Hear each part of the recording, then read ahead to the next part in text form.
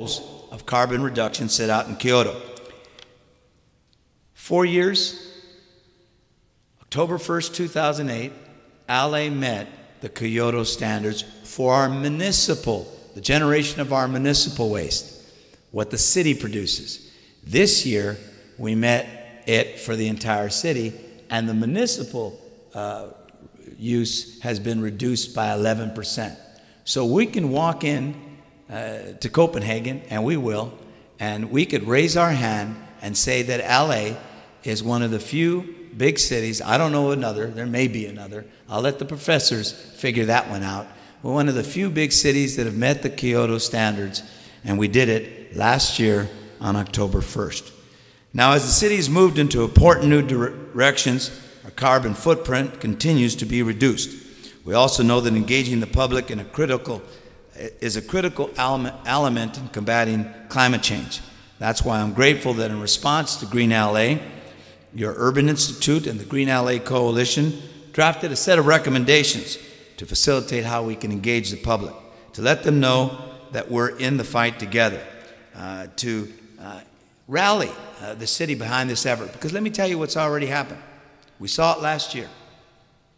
When I put together on the ballot, by the way, so that the people can confirm the solar initiative, today we produce about 12 megawatts of solar in a city where we have solar in December. 12 megawatts of solar. I put a plan to increase it 100-fold. I said by 2020, we're going to produce 1,200 megawatts of solar. We put it on the ballot.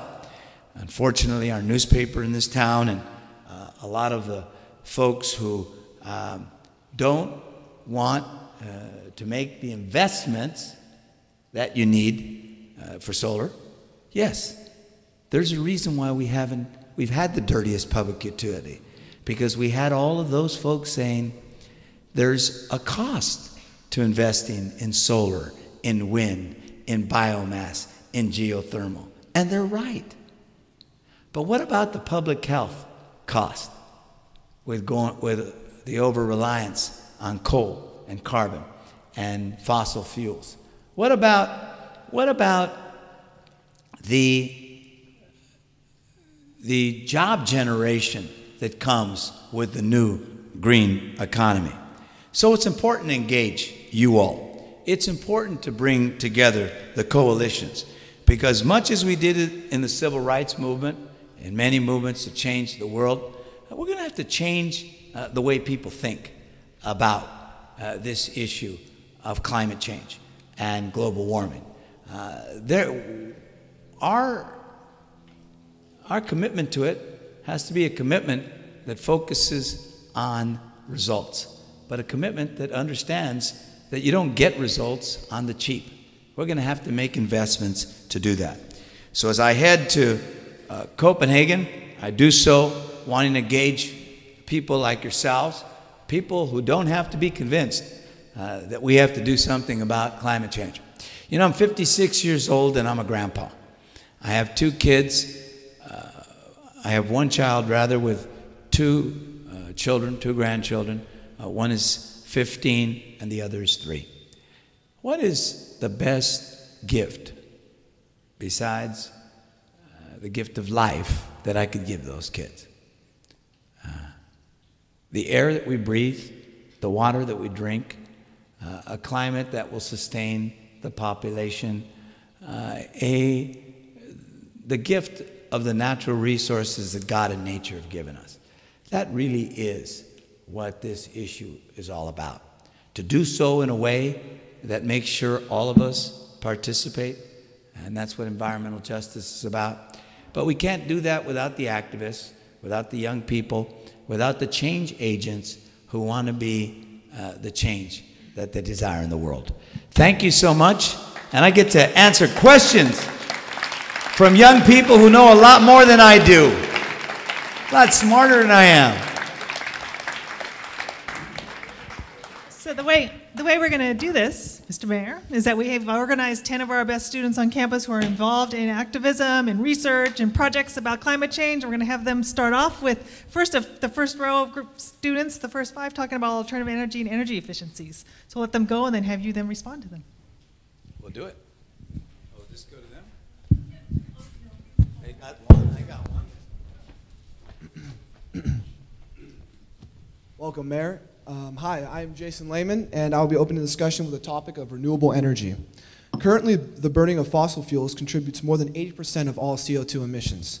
With rising prices on fossil fuels throughout the world, it is imperative that we invest in more local energy sources.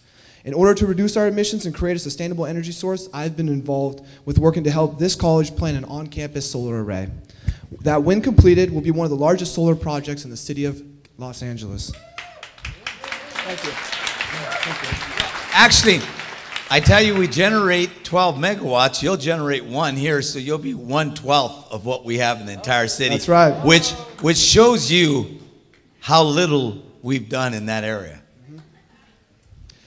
Well, much of our funding, as you know, for this project will come from rebates through the Los Angeles Department of Water and Power. And as we move forward, we hope to continue working with your office to ensure a smooth planning review process.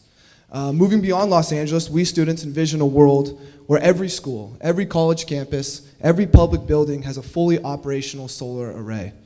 This will help lead our communities towards a more sustainable world. With your trip to Copenhagen, we want you to remember that solar energy is a viable opportunity for our world and a necessary in order to reduce our impact on climate change. Well, I'll support your solar project here through incentives and permitting and all of the moving, and I want you to support ours. 1,200 megawatts of solar in a city where the sun shines almost every day of the year. We're going to pass this probably in early January, and we're going to move ahead. Let the naysayers, you know, make all the arguments they're always going to make. The fact is, the law will require that we address climate change in this state.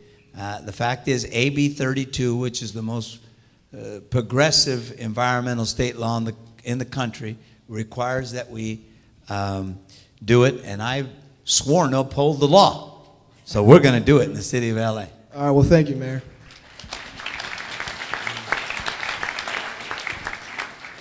Good afternoon, Mayor Villaraigosa. Very good. I am Evan. You got nervous there, though, for a second. Well, it's better than the beginning. You know, when I first ran, it was Villaraigosa, Bala Lugosi. You know, I mean, it was like everything you can think of. But now pretty much everybody gets it.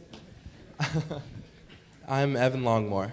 I'm helping plan a new green living house here at Occidental, which has gotten me thinking about how people can reduce their carbon footprint at home. There are many ways to cut power use through better insulation, more efficient lighting, etc. Most of the housing in the region was built before strong energy efficiency standards were in place, so there are huge opportunities to retrofit older buildings, and new structures should be constructed with sustainability in mind to save energy and money. The upfront investment in retrofitting older buildings pays back itself fairly quickly. However, students are renters, like the majority of LA residents. We don't always have the power or information to make changes to the places we live in, nor are there many incentives available for renters to contribute to energy savings and other greening strategies. I hope that you push for affordable housing as a climate solution while you're in Copenhagen, and also push for tenants, renters, and homeowners to be a part of the solution, so it has double the impact of reducing energy use and making housing more affordable. First of all, in the largest program of its kind, every household, I can't say dorm, but every household received 2 CFL light bulbs. You can buy, everybody here can buy a CFL light bulb. That's one way to contribute. But you're onto something. 4 years ago, I said, and 4 years ago, today we recycle more trash than any city, big city in the country.